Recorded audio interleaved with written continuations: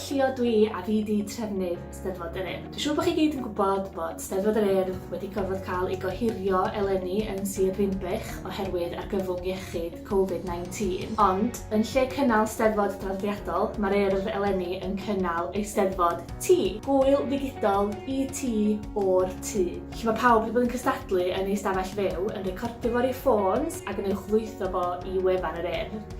A mae'r beirniad wedyn wedi bod yn beirniadu o adra. Mae yna lot o cystadlaethau yn draddodiadol. Mae yna ddwnsio gwerin, canu deuaw, fi di deud y sôn, chwarae offeryn.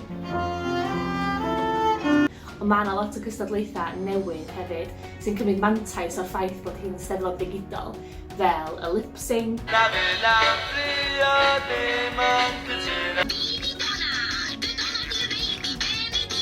warad. O fi, pres meirion de.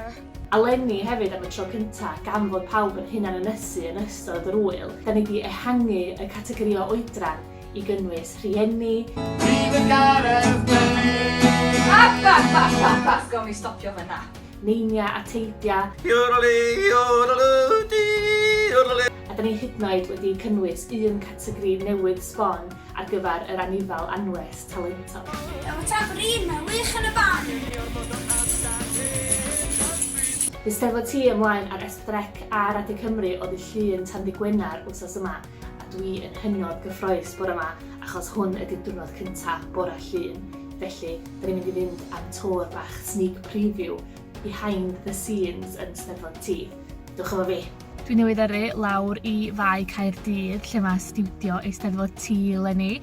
Dwi'n reit lwcus bod fi'n byw just fyny'r ffordd, felly dwi'n cael dod lawr yma i weithio. Mae yna lot llai o staff yma nag arfer. Fel arfer mae'r Urdd efo cannoedd o staff yn yr Eisteddfod, ond leni dim ond 3 o'n ni fydd yma yn y studio ei hun, a mi fydd pawb arall yn gweithio o adra. Ond mae'r studio just rownd y gornel yn fanna, felly dwi am fynd â chi yna rwan.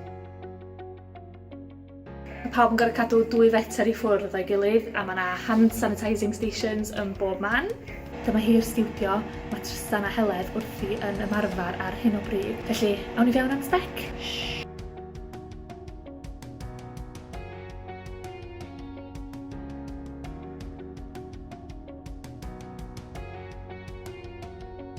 A dyna ni, da ni'n barod i fynd, felly cofiwch wylio ar S4C a gwrando ar Radio Cymru drwy'r wythnos i weld pwy sydd yn dod i'r brig yn bob un o'r cystadlaethau.